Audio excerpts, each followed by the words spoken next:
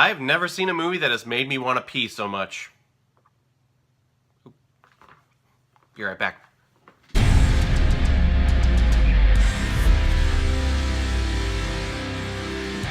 Hidden Figures, released in 2016 and is directed by Theodore Melfi, whose really only directing credit is St. Vincent. And from what I heard, he was offered to direct the Spider-Man Homecoming movie, but he chose to do this one instead. And I really like Spider-Man Homecoming, but yeah, this was the better choice. The film stars Taraji, Henson, Octavia Spencer, Janelle, Monae, Kevin Costner, Kirsten, Dunst, and Jim Parsons. Plus, Mahershala Ali appears, and he has one of the best proposal scenes I've ever seen. This movie was nominated for 3 Academy Awards this year, including Best Picture, Best Adapted Screenplay, and also Best Supporting Actress in Octavia Spencer. The 3 lead actresses play real historical figures: Katherine Johnson, a NASA mathematician, Dorothy Vaughan, a NASA supervisor, and Mary Jackson, a NASA engineer. But at the start of this movie, these 3 ladies haven't achieved these spots in the program yet. So we explore the hardships and the rough road that these 3 African-American women had to go through to get to where they are. So we explore the hardships and the trials that these 3 African-American women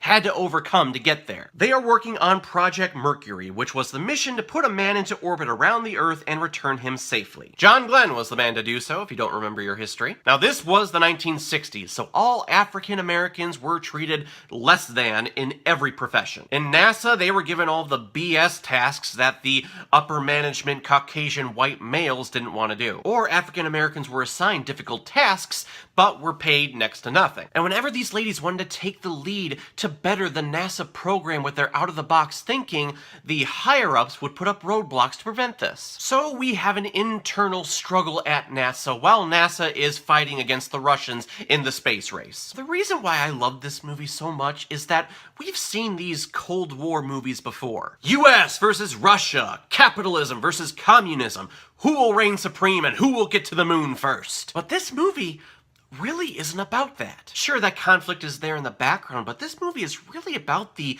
internal civil war that's happening going on at NASA between the whites and the blacks. It focuses on the people as opposed to these big country global powerhouses. And that's why I got such a personal connection with this movie. When you take such a global issue and you focus on the people, instant connectivity. And this movie not only focuses on racism, but definitely on sexism too. Back in the 60s, not only did it suck to be black, unfortunately, but it really sucked to be a woman. But hey, the civil rights movement happened, and now there are no problems at all. In all seriousness though, there is still a ton of oppression when it comes to women and to African Americans in today's society. It's absolutely not right at all, but watching this movie and then looking at things that are happening in today's society, boy, you start to think, how far have we really come? Actually, this review is kind of awkward because I am a straight white male, and they were portrayed really as the antagonists of this movie, so I really don't know how valid my opinion on this movie really is. Well, let me just say that this movie is great. It is fantastic. It came out late last year. I think it was officially in a wide release in January of this year. I have already watched it 4 times, and really, the main reason why is the 3 lead actresses. Their chemistry is so contagious. You believe that these 3 actresses have been friends for a very long time. The way that they play off each other, the subtle looks that they give to one another, it's great to see. It gives a great sense of camaraderie, which is really what you need when you're in a patriarchal society like this. And each of them have some kind of sexist or racist obstacle that they have to overcome, all to get to the same end point, which is to put a man in a rocket, send him into space, put him in orbit, and return him to Earth. Katherine Johnson is assigned to the Space Task Group to compute and check different calculations that are changing by the minute. But Jim Parsons' character, Asshole, keeps blocking out confidential information, making it that much more difficult for Johnson to do her work. Plus, the closest colored bathroom that Katherine Johnson can use is half a mile away, and she has to pee a lot. Just with how this movie is edited, I almost felt like this character had a bladder issue with how much she needed to pee. But that's not the point. The point is that she couldn't go just outside to that bathroom. She had to run half a mile away just to use that one. It's absolutely ridiculous when you think about it today. Dorothy Vaughan is already doing the work of a supervisor at NASA, but she keeps being denied for the vacant position. So when this huge machine called the IBM is constructed, she takes it upon herself to learn how to run the machine so that maybe she'll be valued more. And Mary Jackson probably has my favorite storyline in this movie, where in order for her to get the position of an engineer at NASA, she needs to graduate with a certain degree, and the classes that she needs to take in order to get that degree are taught at night at an all-white school. So she goes before judges just to get special permission to enter the school. Which, being a teacher myself, that's the storyline that I latched onto the most. Because you shouldn't have to jump through hoops just to obtain knowledge. Knowledge should never be forbidden from people based on the color of their skin or whatever body part they have between their legs.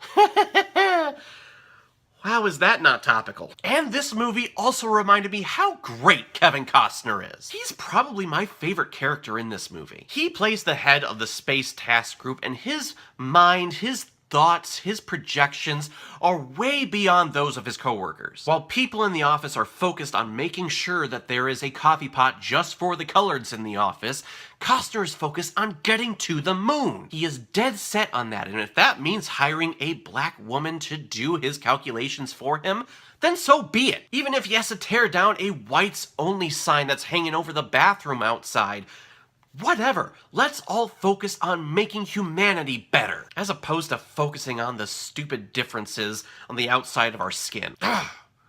I just want to slap some people sometimes, you know? So in the end, Hidden Figures is a great true story of these three women who were very instrumental in the progress of African Americans and women in the workforce. And thank God Theodore Melfi chose to do this movie over Spider-Man Homecoming, because he brings such a sensibility to the personal aspect of this story that made it very easy to connect to as the audience. The actors are great, the story is great. This was such a huge surprise to everyone when it came out. So I'm going to give Hidden Figures 4.5 out of 5 Blu-rays. I think I see blue.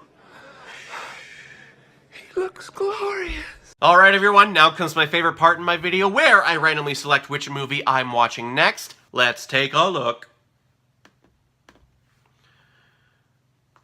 DOA from 1950. I took a film class in college and this was on the list of one of the movies that we had to watch, but I elected to watch another movie instead, so this one kind of fell on the wayside, but absolutely looking forward to watching it finally. So everyone, have you seen Hidden Figures? What did you think about it? Or if you've never seen it before and you stumbled across it because of this video, please comment below, let me know what you thought about it. And when you're done commenting, please like and subscribe to my channel so you know the next time I'm posting my next movie review. So everyone, I will see you next time with my review of DOA. In the meantime, be well, be good to each other, and go watch a movie. Take care, guys.